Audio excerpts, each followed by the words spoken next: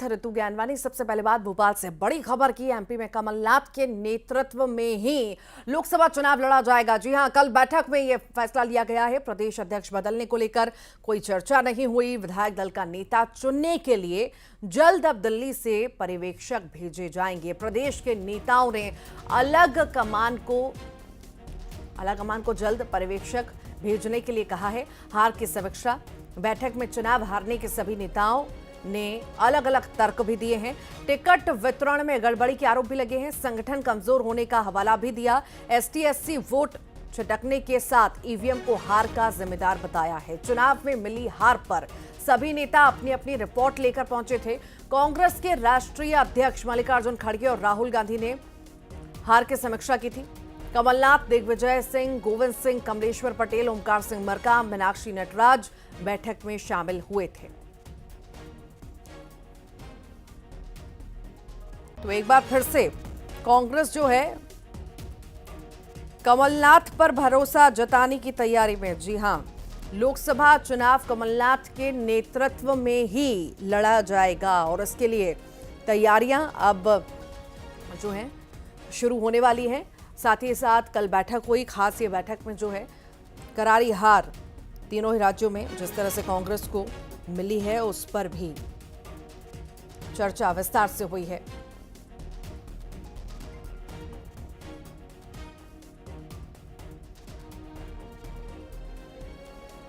तो 3 राज्यों में करारी हार के बाद जो है अब मंथनों का दौर कांग्रेस में लगातार चल रहा है और इसी बीच बड़ी बैठक बुलाई गई। खड़गे उसमें शामिल थे और जीत की हार आखिर किन्हीं कारणों से हुई है। सभी जो हैं दिग्गज पहुंचे थे अपना अपना तर्क लेकर के, अलग अलग तरह की बातें लेकर के, अपनी रिपोर्ट तैयार कर करके आखिर कहाँ कमी रह गई, क्या हुआ, सभी तरह के तर्क जो हैं इस बैठक में दिए गए। साथ ही साथ ईवीएम पर भी ठीकरा जो है उड़ा गया है। आखिर कांग्रेस कहाँ कमजोर पड़ गई। सभी पहलुओं पर मंथन तो लगातार चल ही रहा है कांग्रेस में और बैठकों का दौर भी लग रहा है आगे जारी रहेगा। अब जो है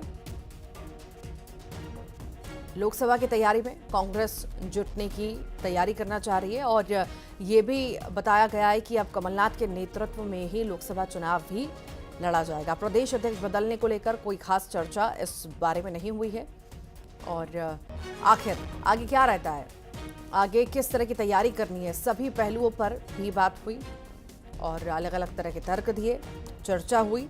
अब लोकसभा की तैयारी में कांग्रेस पूरी तरह से जुटना चाहती है, जोर लगाना चाहती है, पर आखिर कमी कहाँ रह गई, किन्हीं कारणों से इतनी बुरी हार कांग्रेस को झेलनी पड़ी है।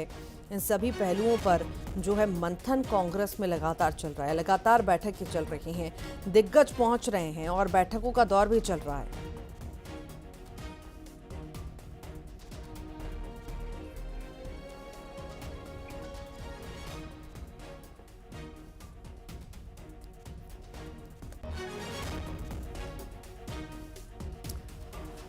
तो लगातार चर्चाओं का दौर कांग्रेस में लगातार जारी है और मंथन भी किया जा रहा है। हार आखिर क्यों, किस वजह से, कहां कमी रह गई, सभी पहलुओं पर जो है चर्चा लगातार जारी है। प्रशांत भी हमारे साथ भोपाल से जुड़े हुए हैं, उनसे भी जानने की कोशिश करेंगे। प्रशांत, देखिए मंथनों का दौर तो कांग्रेस में शुरू हो चुका है करारी हार के बाद, पर सवाल यही है कि मंथन के बाद आखिर किस तरह की स्ट्रैटेजी जो है कांग्रेस अपनाएगी, क्योंकि हम हमेशा देखते हैं हार के बाद मंथन तो कांग्रेस कर लेती है पर कुछ खास अमृत इस मंथन में से निकल नहीं पाता और फिर वही की वही स्थिति फिर से बन जाती है। जी बिल्कुल ऋतु, ठीक कहा आपने। चुनाव हारे हैं 3 राज्यों का तो मंथन होना ही चाहिए, समीक्षा होनी ही चाहिए कि आखिर वजह क्या रही, कारण क्या रहे, इस हार के कहां चूक गए, कहां लूप होल रह गए। और स्वाभाविक है कि ये जो लूप होल्स हैं अगर इनको आपने दुरुस्त नहीं किया तो आपके सामने लोकसभा चुनाव में बहुत सारी चुनौतियां रहने वाली हैं। जो एक बड़ी चुनौती कि भाई किसके नेतृत्व में चुनाव में जाएंगे लोकसभा चुनाव में। आईसीसी की बैठक में तस्वीर साफ हुई, ये कहा गया एक मत से सभी बड़े नेता थे, राहुल गांधी से लेकर मल्लिकार्जुन खड़गे तक, कि भाई कमलनाथ के नेतृत्व में हम फिर से लोकसभा चुनाव में जाएंगे। अब सबसे बड़ी जंग लोकसभा चुनाव की है।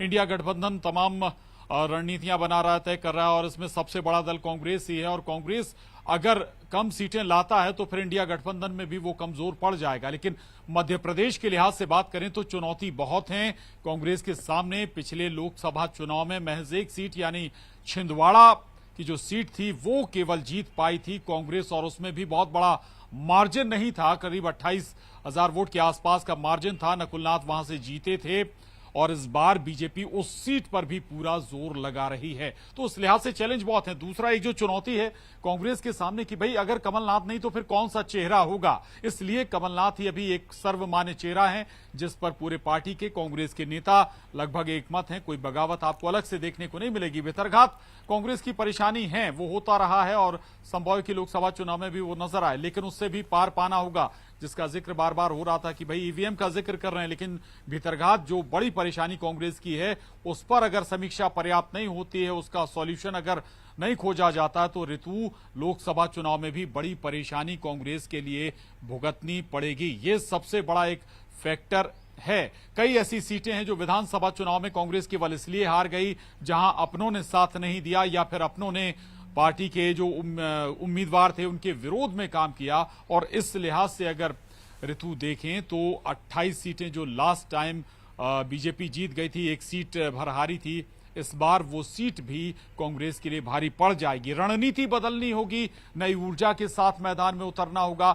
हार को आप अपने साथ बांध कर नहीं ले सकते, बल्कि उसके बाद आपको दोबारा और ज्यादा ऊर्जा के साथ, ज्यादा ताकत के साथ मैदान में उतरना पड़ेगा। हां, नेता प्रतिपक्ष को लेकर चर्चाएं जरूर चल रही हैं। अब लगातार अपील भी जो कर रहे हैं विधायक की जल्द से जल्द पर्यवेक्षक भेजे जाएं और चुनाव किया कमलनाथ जाए। के नेतृत्व में विधानसभा चुनाव लड़ा गया, अब लोकसभा की बात भी कही जा रही है कि हां कमलनाथ के नेतृत्व में ही लड़ा जाएगा। जिम्मेदारी की अगर हम बात करें तो आखिर हम हमेशा से देखते आए हैं कि बार बार हर जिम्मेदारी कमलनाथ को दे देना और फिर उसके बाद गुटबाजी पार्टी में देखना, क्योंकि बाकी के नेता, दिग्गज नेता भी तो नाराज होते हैं ना, उनकी नाराजगी भी कहीं ना कहीं झेलनी पड़ती है।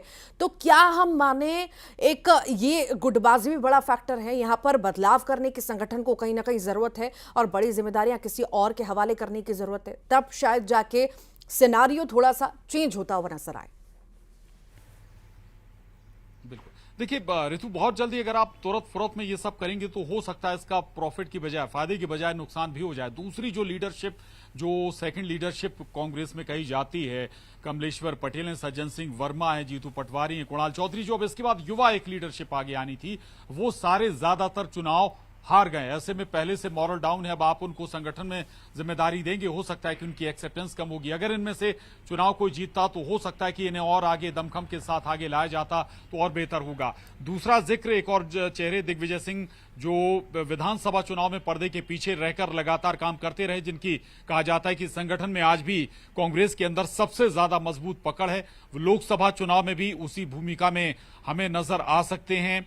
हो सकता है कि जो और कुछ नए युवा चेहरे जीत कर आए हैं उनका कद बढ़ाया जाए। उनमें दिग्विजय सिंह के बेटे जयवर्धन सिंह भी हो सकते हैं। ऐसे कुछ और चेहरे हैं जिन्हें थोड़ा सा वेटेज, तवज्जो दी जाए, संगठन में जिनकी भूमिका बढ़ाई जाए, लेकिन नेतृत्व कमलनाथ का ही रहेगा। अभी भी कांग्रेस के साथ दिक्कत दरअसल ऋतु यही है कि कोई एक चेहरे पर सारे चेहरे इकट्ठे हो जाएं, पूरी पार्टी इकट्ठी हो जाए, एक साथ खड़ी हो जाए, ऐसा कोई अभी दूसरा चेहरा नजर आता नहीं है। दिग्विजय सिंह के साथ परेशानियां दूसरी हैं कि दिग्विजय सिंह को आप सामने अगर लाएंगे तो शायद भीतरघात को, प्रशांत, भीतरघात को तो ठीक करना होगा ना, क्योंकि भीतरघात की वजह से हम क्या कहें, ये तो कांग्रेस की पार्टी के नेता ही लक्ष्मण सिंह भी कह रहे हैं भीतरघात ही वजह रही है, हमेशा मनमुटाव बने रहते हैं, भीतरघात होता है तभी कहीं ना कहीं हार का सामना करना पड़ता है। चलिए, ये तो दूसरा पहलू है। अगर टिकट बंटवारे की हम बात करें तो आखिर इस पर किस तरह से कांग्रेस अब आगे बढ़ेगी, क्या लगता है? जी देखिए, इस बार बहुत फूक फूक कर कदम रखना होगा। सर्वे का जिक्र बार बार किया गया, कहा यही गया कि भाई सर्वे में जो नाम सामने आ रहा है वही उसे ही हम विधानसभा में टिकट देंगे, और ऐसा हुआ भी है। लेकिन नतीजा आपने देखा है, केवल सर्वे महत्वपूर्ण नहीं है, बल्कि आपको वो समीकरण भी साधने होंगे। आपको ये भी देखना होगा कि जिस चेहरे को आप चुन रहे हैं, क्या पार्टी का जो और दूसरे नेता हैं संगठन के और जो लोग हैं वो उसके साथ खड़े हो रहे हैं या नहीं हो रहे हैं। इन बातों को अगर आपने मद्देनजर नहीं रखा तो फिर लोकसभा चुनाव में आपको ऐसे नतीजे फिर से देखने को मिलेंगे। शायद इन परेशानियों से सबक जरूर, इन चुनौतियों से सबक जरूर ली होगी कांग्रेस ने। लक्ष्मण सिंह का जिक्र इसलिए फिर से लाजमी हो जाता है कि लक्ष्मण सिंह अक्सर अपनी ही पार्टी के बड़े नेताओं को आईना दिखाने में हमेशा आगे रहे हैं।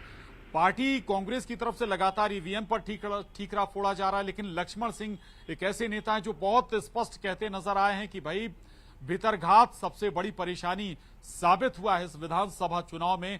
भितरघात का तो सर्वे नहीं किया जा सकता है और अपने ही नेताओं पर एक लिहाज से उन्होंने टारगेट किया है। और अगर भितरघात वाली परेशानी को सॉल्व नहीं करती है कांग्रेस तो समझिए कि लोकसभा चुनाव बहुत भारी होने जा रहा है कांग्रेस के लिए। ये वाकई सबसे बड़ी परेशानी है।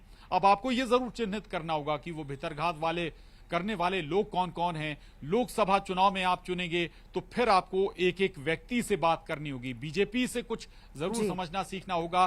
बीजेपी के तमाम बड़े नेता, बड़े से बड़े नेता भी उन लोगों को मनाने में जुटे थे, उन लोगों से बातचीत करने में जुटे थे जो उम्मीदवार के खिलाफ थे। पार्टी के संगठन की रचना कैसे हो और अब आगे कैसे बढ़ा जाए, इसके लिए अब पर्यवेक्षकों की भी तैयारी है। इसकी तैयारी में भी कांग्रेस जुट गई है। हालांकि कितना फायदा इससे होगा ये भी हम देखेंगे और आपसे बाद में जानेंगे। बहुत शुक्रिया फिलहाल के लिए। एमपी में कमलनाथ के नेतृत्व में लोकसभा चुनाव लड़ने की तैयारी में अब कांग्रेस है और कल खास बैठक भी रही। और हालांकि अब देखने वाली बात होगी कि हार पर जिस तरह से मंथन कांग्रेस में चल रहा है, अब आगे की रणनीति कांग्रेस किस तरह की तैयार करती है। आगे बढ़ते हैं, उज्जैन से बड़ी खबर की बात कर लेते हैं। क्रिकेट बैट से 2 छात्रों की पिटाई की गई है। प्राचार्य ने 2 छात्रों को जमकर पीटा। प्राचार्य ने बच्चों को थप्पड़ भी मारे। घटना का वीडियो अब वायरल हो रहा है। प्राचार्य ने इसे 8 महीने पुरानी घटना बताया है। खेड़ा खजूरिया संकुल केंद्र का यह मामला इस वक्त हम आपको बता रहे हैं। ये तस्वीरें, क्रिकेट बैट से छात्रों को पीटा गया। दे दनादन बैट मारे गए, पीटा गया। प्राचार्य ने जमकर पीटा है छात्रों को। आखिर किन ही कारणों से पीटा ये तो अभी तक नहीं सामने आ पाया है। फिलहाल वीडियो जो है वायरल हो रहा है और पूरे ही मामले में जो है जांच पड़ताल की जा रही है कि आखिर कब का है वीडियो। काफी पुराना वीडियो कहा जा रहा है, पर हालांकि जांच का विषय है। इस पूरे मामले में जांच पड़ताल जारी है। क्यों छात्रों के साथ इस तरह पिटाई की जा रही है, थप्पड़ जड़े जा रहे हैं, डंडों से मारा जा रहा है, बैट से मारा जा रहा है, इस पूरी घटना पर जानकारी लेंगे। अजय पटवा हमारे साथ जुड़ गए हैं। अजय, तस्वीरें हम देख रहे हैं किस तरह से यहाँ पर बैट से छात्रों को पीटा जा रहा है। आखिर ये पूरा मामला क्या है? और दावा किया जा रहा है कि बहुत पुराना ये वीडियो है, तो आखिर कब का वीडियो है, इस बारे में भी जानकारी। जी देखिए, उज्जैन के खेड़ा खजूरिया गांव है। यहाँ पर एक जो शासकीय उच्चतर माध्यमिक विद्यालय है, यहाँ पर जो प्राचार्य उदय सिंह चौहान, उनके द्वारा जो है बच्चों को क्रिकेट खेलने के बैट से पीटा जा रहा है। ऐसा एक वीडियो सोशल मीडिया पर वायरल हुआ और जब इस वीडियो की पड़ताल की गई और उनसे प्राचार्य से बात की गई तो पता चला कि जो दोनों बच्चे हैं वो स्कूल में बैट लेकर आए थे और क्रिकेट खेल रहे थे स्कूल में बैठ के। तो इसी से नाराज होकर प्राचार्य ने उनकी पिटाई कर दी। पर वहीं पर जो बाहर लोग जो खड़े थे उन लोगों ने इस पूरी घटना का वीडियो बना लिया और सोशल मीडिया पर वायरल किया है। अब इस पूरे मामले में ये है शिक्षा विभाग के अधिकारियों के पास ये पूरी जानकारी पहुंची है। फिलहाल अभिभावकों की तरफ से कोई शिकायत नहीं की गई है अभी तक, लेकिन जो शिक्षा विभाग के अधिकारी हैं उनका कहना है कि हमारे पास ये मामला संज्ञान में आया है, इस पूरे मामले में जांच की जाएगी। लेकिन सबसे बड़ी बात यह है कि उज्जैन जो है गुरु सांदीपनि और कृष्ण भगवान की शिक्षा स्थली है। ऐसे में गुरु और शिष्य के बीच में जो समन्वय होना चाहिए और जो तालमेल होना चाहिए वो देखने को नहीं मिलता है, क्योंकि अक्सर हम देखते हैं कि इस तरीके की घटनाएं सामने आती है और कहीं ना कहीं छात्र के साथ जो मारपीट की घटनाएं होती हैं तो इसके बाद जो छात्र और गुरु के बीच में जो दरार होती है वो बढ़ती है। लेकिन ऐसी चीजों पर जो छात्रों को और गुरु को समन्वय बनाना होगा और जिस तरीके से जो मारपीट की जो की गई है प्राचार्य की तरफ से, कहीं ना कहीं जिस तरीके से देखने में आ रहा है कि प्राचार्य जिस तरीके से गुस्से में छात्र को पेट से पीट रहे हैं। छोटी छोटी बात पर आग बबूला हो जाना शिक्षकों का ये दिखाता है कि आखिर कितना संयम शिक्षकों में है और आखिर किस तरह से वो डील आजकल के बच्चों से कर रहे हैं। इस पूरे मामले में संज्ञान लेना चाहिए और कड़ी कार्रवाई होनी चाहिए कि ऐसी हिमाकत फिर ना हो ऐसे शिक्षकों की। बहुत शुक्रिया जानकारी को साझा करने के लिए अजय।